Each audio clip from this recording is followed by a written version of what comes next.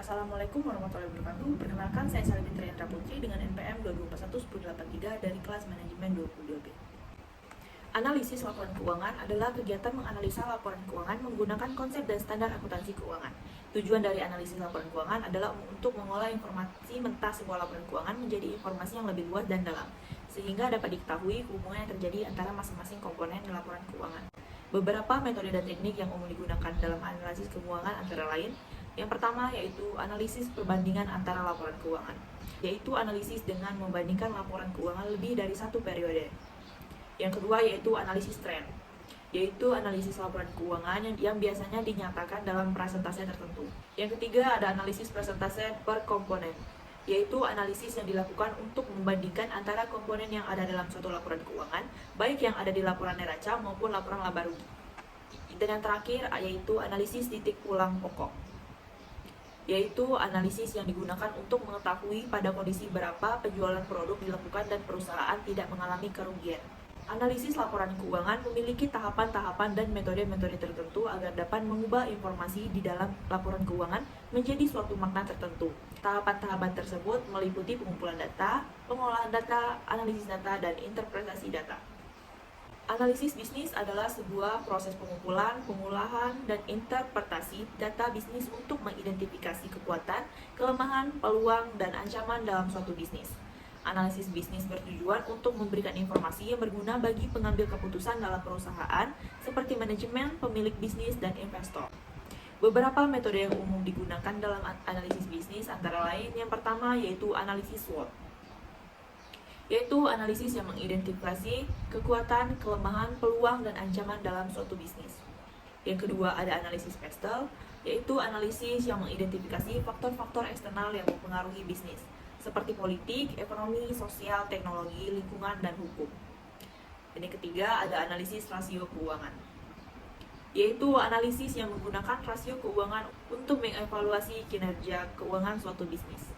Analisis bisnis dapat membantu perusahaan dalam mengambil keputusan strategis, seperti pengembangan produk baru, ekspansi bisnis, atau restrukturasi organisasi. Dalam melakukan analisis bisnis, perlu dilakukan pengumpulan data yang akurat dan relevan, serta pengolahan data yang sistematis dan terstruktur. Selain itu, interpretasi data yang tepat juga sangat penting dalam menghasilkan informasi yang berguna bagi pengambil keputusan. Framework analisis keuangan adalah kerangka kerja yang digunakan untuk menganalisis laporan keuangan suatu perusahaan.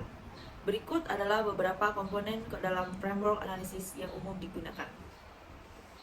Yang pertama yaitu menilai lingkungan bisnis, seperti apa jenis kegiatan perusahaan, strategi apa yang digunakan perusahaan untuk menghasilkan data, perusahaan tersebut berada dalam bidang apa, dan yang terakhir, siapa pesaing utama perusahaan. Yang kedua, membaca dan mempelajari laporan keuangan dan catatan atas laporan keuangan, seperti apa jenis laporan keuangan yang tersedia, bagaimana kinerja keuangan perusahaan dalam periode tertentu, bagaimana posisi keuangan perusahaan dalam perusahaan tertentu, dan bagaimana arus kas perusahaan dalam periode tertentu. Yang ketiga ada menilai kualitas laba, seperti apakah laba perusahaan stabil atau fluktuatif, apakah laba perusahaan berasal dari operasi utama atau kegiatan lain, dan yang terakhir apakah laba perusahaan dapat dipertahankan dalam kinerja jangka panjang. Yang keempat ada analisis laporan keuangan, seperti analisis rasio keuangan, analisis tren, analisis persentase per komponen, dan analisis titik pulang pokok. Dan yang kelima ada memprediksi laba atau arus kas masa yang mendatang, seperti menggunakan data historis untuk memprediksi kinerja keuangan masa depan, dan menggunakan metode-metode seperti analisis regresi atau analisis proyeksi. Dalam melakukan analisis keuangan, perlu dilakukan pengumpulan data yang akurat dan relevan, serta pengolahan data yang sistematis dan struktur. Selain itu, interpretasi data yang tepat juga sangat penting dalam menghasilkan informasi yang berguna bagi keputusan. Analisis industri adalah penilaian pasar yang digunakan oleh para pembisnis dan analis untuk memahami dinamika persaingan pada suatu industri. Analisis industri ini akan membantu mereka untuk memahami apa yang terjadi di dalam suatu industri, seperti statistik penawaran dan permintaan, tingkat persaingan di dalam suatu industri, kondisi persaingan di industri dengan industri baru lain, prospek industri pada masa depan dengan cara mempertimbangkan perubahan teknologi, sistem kredit di dalam industri, dan juga dampak faktor eksternal terhadap industri. Dalam melakukan analisis industri, perlu dilakukan pengumpulan data yang akurat dan relevan, serta pengolahan data yang sistematis dan terstruktur. Beberapa komponen yang perlu diperhatikan dalam analisis industri seperti yang pertama yaitu identifikasi pendorong utama industri dan tentukan bagaimana struktur industri saat ini. Yang kedua, menganalisis bagaimana struktur industri mempengaruhi potensi profitabilitas bisnis. Yang ketiga, memahami bagaimana kekuatan industri yang berbeda akan mendorong persaingan di masa depan. Yang keempat, memanfaatkan faktor daya tarik industri saat merumuskan strategi bisnis.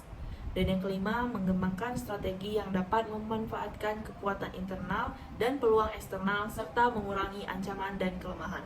Analisis industri sangat penting bagi perusahaan untuk memahami posisi relatif perusahaan terhadap perusahaan lain dalam industri, mengidentifikasi peluang dan ancaman, serta memberikan gambaran yang kuat tentang skenario industri saat ini dan masa depan. Dengan demikian, analisis industri dapat membantu perusahaan dalam mengambil keputusan strategis yang tepat untuk memastikan kelangsungan hidup jangka panjang perusahaan industri tertentu. Analisis keuangan adalah upaya yang dilakukan untuk mengevaluasi kelangsungan bisnis, stabilitas, hingga profitabilitas perusahaan. Analisis keuangan sangat penting untuk mengetahui kesehatan keuangan sebuah perusahaan dalam memastikan bahwa bisnis berkembang dari waktu ke waktu. Tujuan analisis bisnis adalah untuk membantu memberikan gambaran atau informasi keuangan pada berbagai pihak yang terlibat dalam perusahaan atau bisnis, termasuk juga para investor. Metode analisis keuangan yang umum dipakai adalah analisis rasio keuangan, analisis horizontal, dan analisis vertikal. Beberapa tujuan analisis keuangan sebuah perusahaan meliputi profitabilitas, likuiditas, solvabilitas, dan efisiensi. Analisis keuangan harus dilakukan oleh orang profesional dan menguasai prinsip akuntansi dengan baik. Analisis keuangan memiliki prospek karir yang menjanjikan di Indonesia, yaitu sebagai analisis keuangan. Kalian dapat bekerja di berbagai perusahaan keuangan seperti bank, asuransi, dan perusahaan efek. Beberapa pekerjaan dapat dijalani oleh seorang analisis keuangan meliputi analisis keuangan manajer kas, lembaga keuangan, akuntan pemerintah, akuntan publik atau perusahaan, account officer, analisis kredit, analisis pasar uang, analisis pasar modal, analisis bursa berjangka, analisis falas, dan lain-lain. Dalam era perkembangan industri dan pasar keuangan yang semakin kompleks, analisis keuangan adalah profesi yang memegang peran penting. Prospek kemajuan karir dengan pengetahuan dan pengalaman yang tepat, seorang analis keuangan dapat mencapai tingkat gaji yang lebih tinggi. Laporan keuangan adalah dokumen yang berisi informasi keuangan sebuah perusahaan atau organisasi dalam periode tertentu. Analisis laporan keuangan dilakukan untuk mengevaluasi kinerja keuangan perusahaan dan memastikan kelangsungan bisnis. Beberapa metode analisis keuangan yang umum digunakan adalah analisis horizontal dan analisis vertikal. Analisis horizontal adalah metode perbandingan antara laporan keuangan pada periode sebelumnya dengan periode saat ini. Sedangkan analisis vertikal adalah metode perbandingan antara tiap unsur laporan keuangan dengan total akun di dalam laporan keuangan tunggal.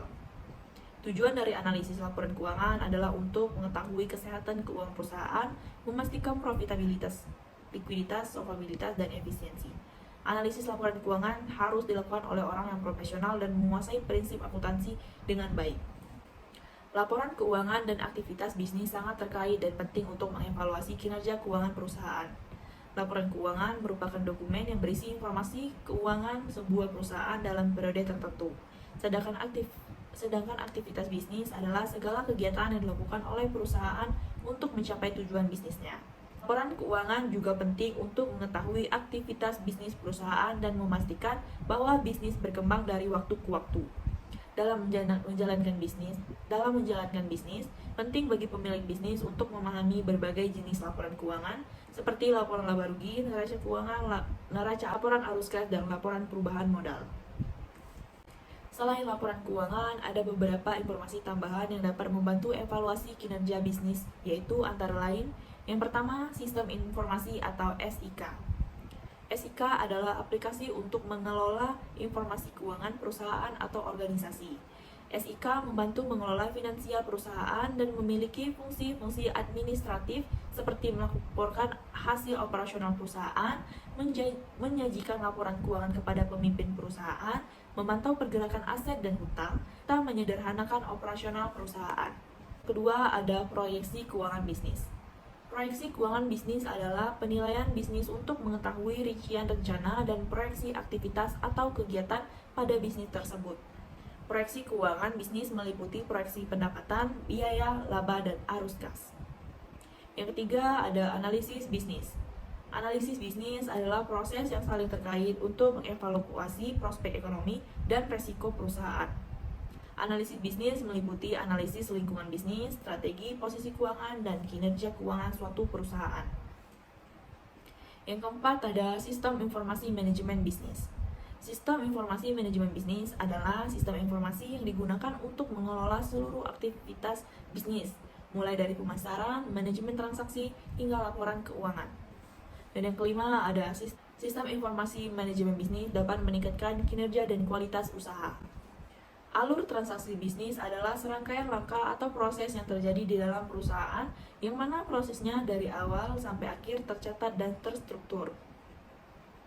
Alur transaksi bisnis terdiri dari beberapa jenis, seperti alur transaksi pembelian dan alur transaksi penjualan.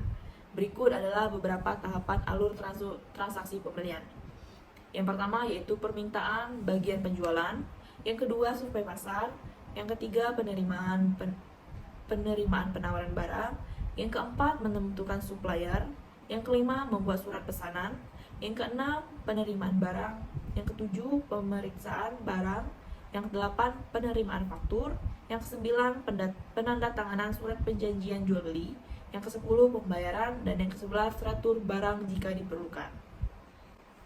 Sedangkan untuk alur transaksi penjualan yaitu yang pertama pemesanan, yang kedua persetujuan pesanan, yang ketiga pengiriman barang, yang keempat faktur penjualan, yang kelima penerimaan pembayaran.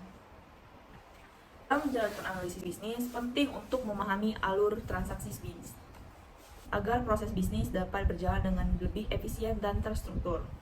Selain itu, dokumentasi transaksi bisnis juga sangat penting untuk memudahkan pengelolaan keuangan dan evaluasi kinerja bisnis. Proses akuntansi adalah serangkaian kegiatan yang dilakukan oleh perusahaan untuk mencatat, mengklasifikasikan, dan melaporkan transaksi keuangan. Proses akuntansi terdiri dari beberapa tahapan, yaitu yang pertama, identifikasi keuangan, yang kedua, pencatatan transaksi keuangan dalam jurnal umum, yang ketiga, penyiimbangan dan pengecekan jurnal umum, yang keempat, pencatatan transaksi ke jurnal buku besar, yang kelima, penyiimbangan dan pengecekan buku besar, yang keenam, penyesuaian akhir periode, yang ketujuh, penutupan buku besar, dan yang terakhir, penyusunan laporan keuangan. Tahapan-tahapan tersebut membentuk siklus akuntansi yang berulang setiap periode akuntansi. Siklus akuntansi dimulai dari identifikasi transaksi keuangan hingga penyusunan laporan keuangan. Tujuan dari proses akuntansi adalah untuk menghasilkan informasi keuangan yang akurat dan dapat dipercaya untuk pengambilan keputusan bisnis. Proses akuntansi harus dilakukan dengan secara struktur dan sesuai dengan prinsip-prinsip akuntansi yang berlaku. Dalam menjalankan proses akuntansi, perusahaan harus memastikan bahwa dokumentasi transaksi keuangan dilakukan dengan baik dan teratur untuk memudahkan pengelolaan keuangan dan evaluasi kinerja bisnis. Beberapa faktor yang dapat mempengaruhi profitabilitas suatu perusahaan berdasarkan hasil penelitian yang dilakukan. Yang pertama yaitu leverage, yaitu rasio leverage atau rasio hutang dapat mempengaruhi profitabilitas perusahaan. Semakin tinggi rasio hutang, semakin besar risiko kebangkrutan dan semakin rendah profitabilitas perusahaan. Yang kedua, likuiditas. Likuiditas dapat mempengaruhi profitabilitas perusahaan. Semakin tinggi rasio likuiditas perusahaan, semakin kemampuan perusahaan untuk membayar hutang dan semakin tinggi profitabilitas perusahaan. Yang ketiga, total asset turnover. Itu rasio perputaran total aset dapat mempengaruhi profitabilitas perusahaan. Semakin tinggi rasio total aset turnover, semakin efisien perusahaan dalam menggunakan asetnya dan semakin tinggi profitabilitasnya perusahaan. Yang keempat, ukuran perusahaan.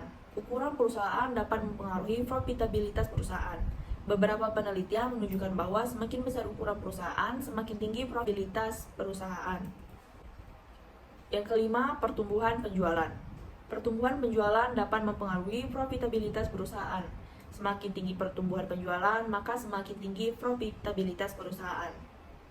Yang keenam, ada modal kerja, yaitu rasio modal kerja dapat mempengaruhi profitabilitas perusahaan. Semakin tinggi rasio modal kerja, maka semakin besar kemampuan perusahaan untuk membayar hutang dan semakin tinggi profitabilitas perusahaan.